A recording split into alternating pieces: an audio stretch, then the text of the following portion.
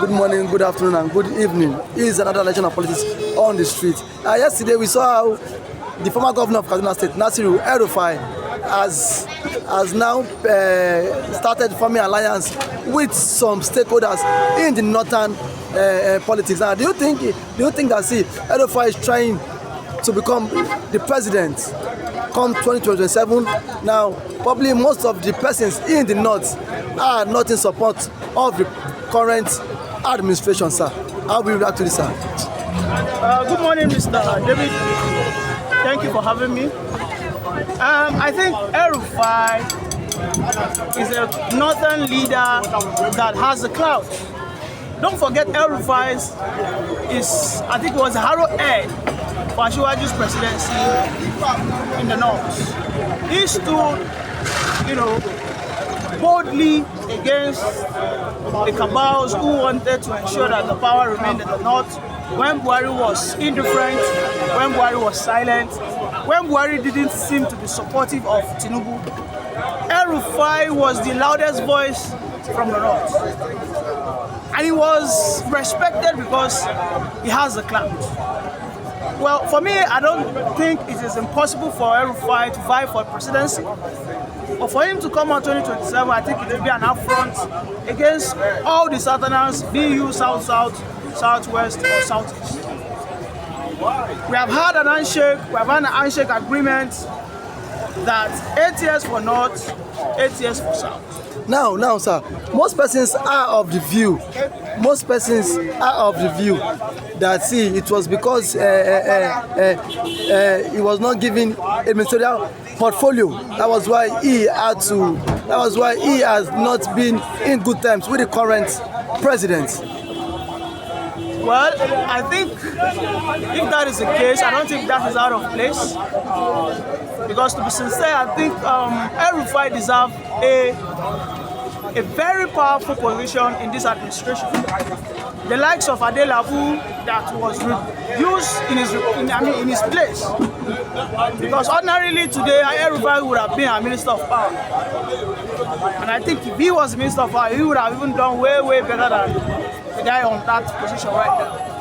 Yes, I think El-Rufia is a human being. He has every right to be aggrieved. Because as we know, this president has actually thrown him aside. And not just El-Rufia, there are so many other people that this president has thrown aside. Look at the likes of, if I'm not mistaken, Fani Kayode. Fani Kayode was the loudest person during that campaign period. He was the brightest and the most aggressive and assertive spokesperson for this man during the campaign. However, surprisingly, he has not been compensating the right people, and these are people that are meant to be competent as well. So if El-Rufia wants to, probably use the means to get back at Tinubu, I mean, that is politics. Sir. That is politics. Sir, do you think it is a ploy against the southern presidency? Because now we know when the North form alliance, it will be very difficult for them to be defeated come 2027. It is a lie. Let me tell you, we have more people in the south than in the north. But the problem is, the southerners are politically biased. Naive, that's the word. The southerners are politically naive. Everybody is self-centered down here in the north. And I don't blame them because everybody is enlightened. Everybody understands what it entails to be a leader. So we never tend to agree. Nobody wants to, allow the other person. So there's this competition, and that is why you see that we don't have that common alliance within the South, because the Southwest wants to go, the Southeast also want to go. So there will never be an alliance between the Southeast and Southwest like, okay, let me allow this guy to go. Never. Come 2027, the Southwest will not allow, if Tinubu does horrible, the Southwest that I know will not say that, okay, the whole of Southwest was supporting Obi. No, they will say, they will rather go and bring Fashola. No, sorry. And the same thing with the Southeast. If they know that Tinubu has the political clout to still penetrate the North, the South will say, God forbid, now Yoruba will not lead. So we've always had that internal rambling, and that is what the Northerners take advantage of. Let me put it to you today. The Southerners are more than the Northerners. That is a known fact. But because we always bacanize ourselves, because we have this rivalry, like Igbo na better pass Yoruba, Yoruba na better pass. But that is where the division comes. Yesterday we saw how El-Rufai paid visit to Senator Abu Nengi that was suspended for the claims of budget padding. We saw how he has been meeting with the former president Olusegun Obasanjo. He met with Buhari. He has been meeting with different former presidents. El-Rufai is an OG. When I mean OG, he is an old dog, a old horse in Nigerian politics. El-Rufai was the first chartered quantity surveyor in Nigeria. He was a millionaire before he was 30. Alright? El-Rufai is not. El-Rufai is an Not the elite. first, it's not. Don't put El-Rufai was the best. Stop misinforming He people. was the best. El-Rufai is not the first. He was the chartered best surveyor. minister under Stop misquoting people. Obasanjo's regime. Misinforming people. He single-handedly transformed FC. He was able to set out and implement and execute that master plan. Okay, but He's not. Now, El-Rufai is not a newbie in the game. Everybody don't need to do misinforming people. El-Rufai is strategic. but Yes, people have this religious bias. People have this religious bias. if I may ask you, But let me tell you, El-Rufai is one of the open-minded leader you have in Nigeria. but if I may ask you, I am not a fan of El-Rufai. come by the way. 2027, But if it's on the El-Rufai ballot, should will you give him your never- vote? What?